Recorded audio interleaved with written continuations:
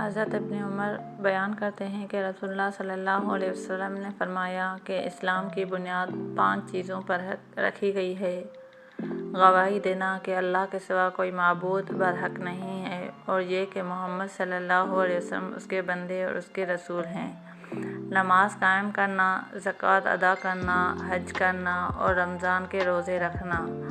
متفق علیہ۔ یہ بخاری کی روایت ہے، بخاری اور مسلم کی۔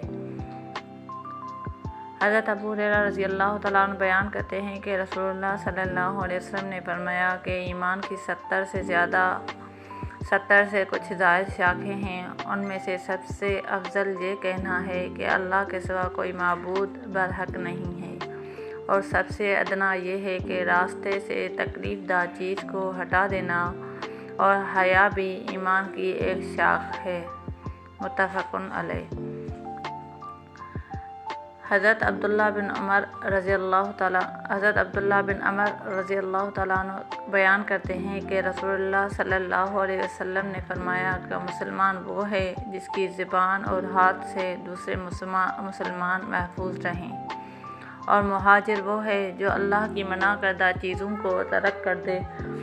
یہ صحیح بخاری کی روایت کے الفاظ ہیں، جبکہ صحیح مسلم کی روایت کے الفاظ ہیں۔ فرمایا کہ کسی آدمی نے نبی کریم صلی اللہ علیہ وسلم سے دریافت کیا، کون سا مسلمان بہتر ہے؟ تو آپ صلی اللہ علیہ وسلم نے فرمایا، جس کی زبان اور ہاتھ سے دوسرے مسلمان محفوظ ہوں۔ متفق علیہ۔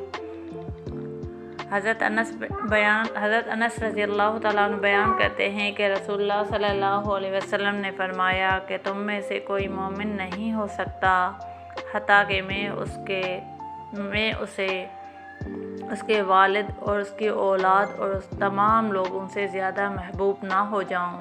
متفق علیہ۔